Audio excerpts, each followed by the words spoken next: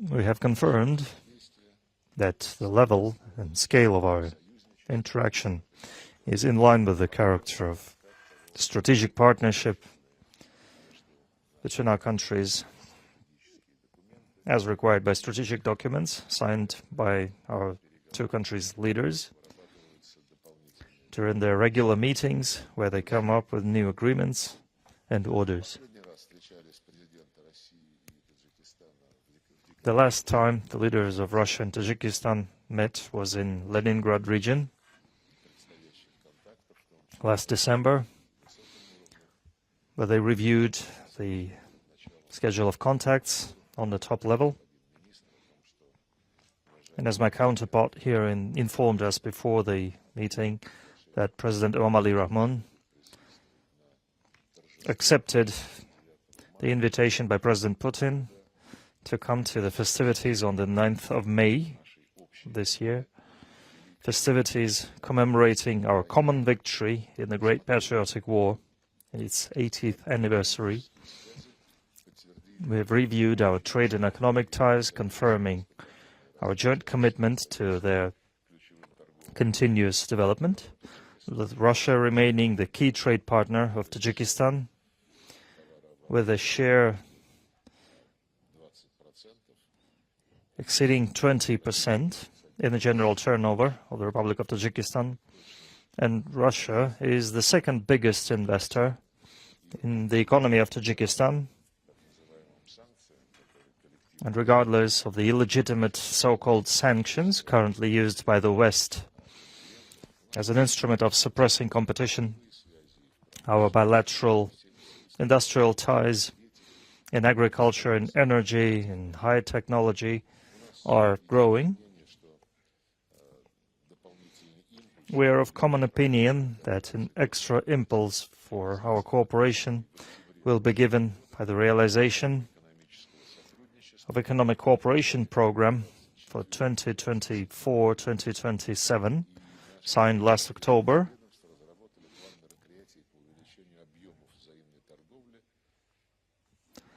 And we have developed a roadmap of activities aimed at increasing our trade turnover by 2.5 times. Together we discussed specific steps in that direction. We have analyzed the progress of our agreements in the military and military-industrial sphere. On our part, Russia has confirmed its readiness to continue contributing to the readiness of Tajikistan's armed forces. We are convinced that the key factor in ensuring security on the southern borders of the CSTO will be the 201 Russian military base located in Tajikistan. Russia treats with respect and attention all requests of Tajikistan and other partners,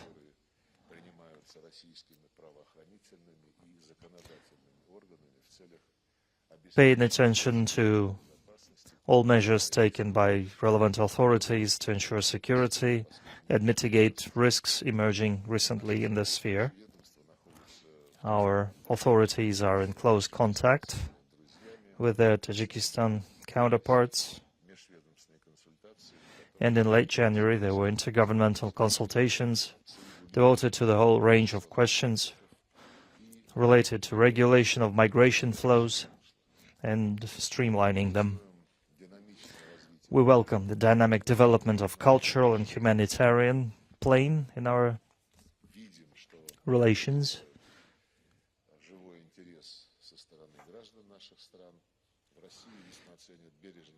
Russia values the attitude of the leadership of Tajikistan to Russian language. We are grateful for support of projects and initiatives to expand the availability of Russian language education in Tajikistan, and as our leaders have agreed, for the next 5 years, Russia will allocate money to supply schools in Tajikistan with Russian language textbooks.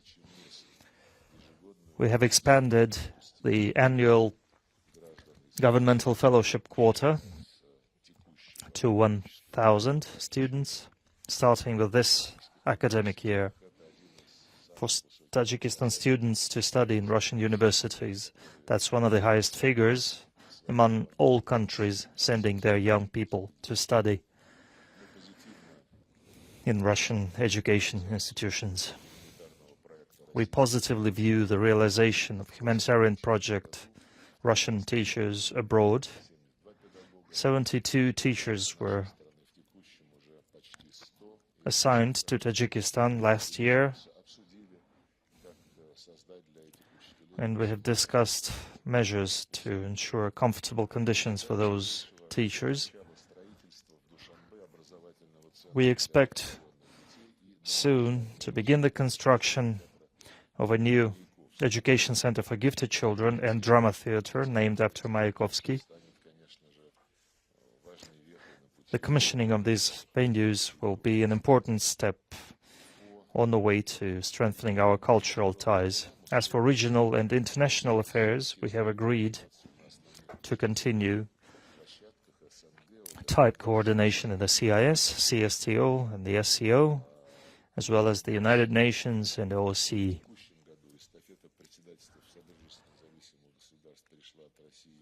This year, the chairmanship in the CIS is transferred to Tajikistan, and we are grateful to Minister on the information on the plans and priorities of Dushanbe.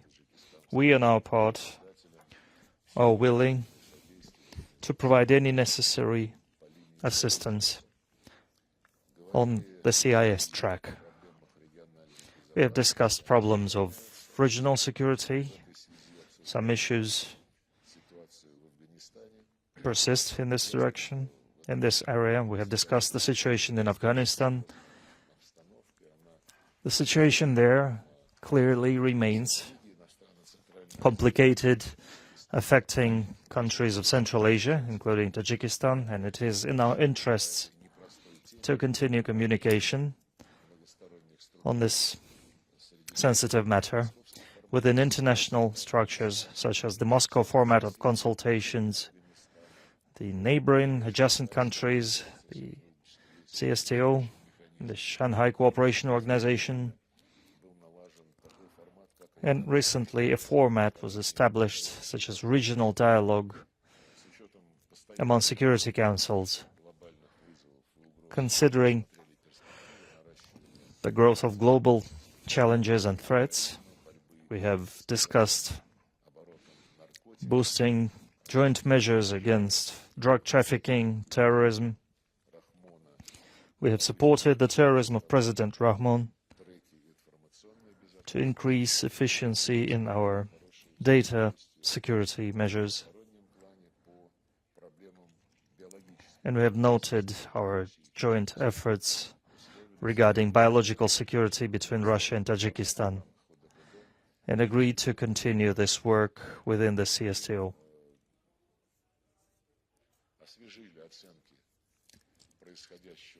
They have refreshed our evaluations regarding what is happening in Ukraine and around it,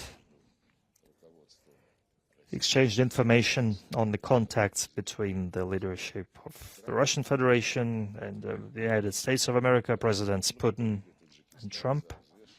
And we thanked Tajikistan for its weighted and unbiased position regarding the developments in Ukraine that the Republic of Tajikistan has been holding in the UN and other international platforms. We have just signed an interministerial program, cooperation program for the next 2 years, as well as a protocol of terms of allocating and servicing diplomatic representations. I'm sure these documents will further promote mutually beneficial partnership between our ministries, both formally and on a human plane, which we value. Minister Lavrov, this year has been announced the Year of Victory. Can you please tell about the joint events planned to commemorate this date. We have already touched upon that. The key event will be the celebration of the 80th anniversary of the victory in the Great Patriotic War, the Victory Parade, where we have invited all CIS countries and a whole number of other countries, state leaders, and all CIS countries are welcome to present their troops to take part in the parade. Today you've heard that President Emomali Rahmon has accepted the invitation extended by President Putin, and we expect to see Tajik troops there to celebrate the victory of our ancestors.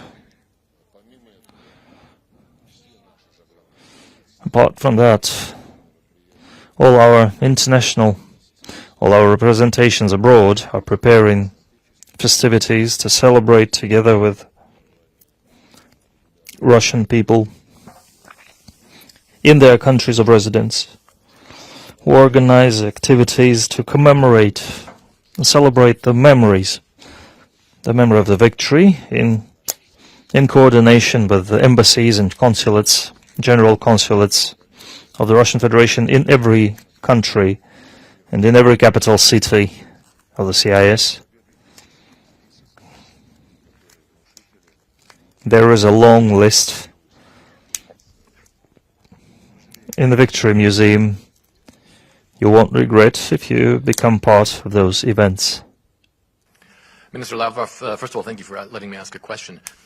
Yesterday, after the phone call between President Trump and Russian President Vladimir Putin, are you more hopeful now that there can be real and fundamental change and improvement in U.S.-Russian relations?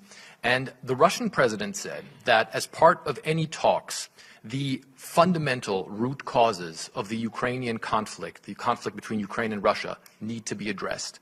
What are these fundamental issues that Russia has that the Trump administration needs to understand in order for talks to be successful? Русский понимаете? I would like to answer that in Russian. Well, first of all, the very question whether we consider it possible for the relations between Russia and the United States to improve after yesterday's phone call, I think it confirms the abnormality of the years that we lived under Biden administration. And when, after the beginning of the special military operation, Russia was accused of all sins, when nobody for long years had not listened to our arguments of the core reasons for this, and when for years agreements on how to save Ukraine after the Nazi coup d'etat, stimulated and financed by the West, nobody had reacted, and we had no other choice but to solve this problem on our own by way of announcing the special military operation. What really amazes me is that now the whole world seems to be stunned and views the phone conversation and news of that phone conversation as something extraordinary, as something out of the ordinary. This is what the Biden administration has gotten itself in, together with their European satellites. They threw away dialogue, they threw away diplomacy as method of communication with the outside world, switching to the language of threats, sanctions, arming this Nazi Kyiv regime to wage a war against the Russian Federation, sending their specialists to aim long-range missiles supplied to the Kyiv regime to deliver strikes in Russian territory. And and you see the victims resulting from the atrocities of the Nazi Kyiv regime. And judging by the stupor caused by the telephone conversation between Trump and Putin, judging by that, everything happening in the Ukraine, everything that is being done by the Nazi regime of Zelensky is currently taken for granted by the West. They seem to think that this is the way to communicate with Russia. And obviously this is why many in Europe, beginning with EU leaders, are now shocked and petrified by the simple fact of a normal conversation of two well-mannered, polite people. People who don't throw away differences. And those differences abound, of course. But these two people realize that politics is about sitting together and talking and finding common points of contact. And I'm sad. It's sad to see that the West's response says that there are very few people like that left there. And the situation when two well-mannered people show how politics is done, I hope this kind of sobers up those who need to reread history textbooks and political science textbooks.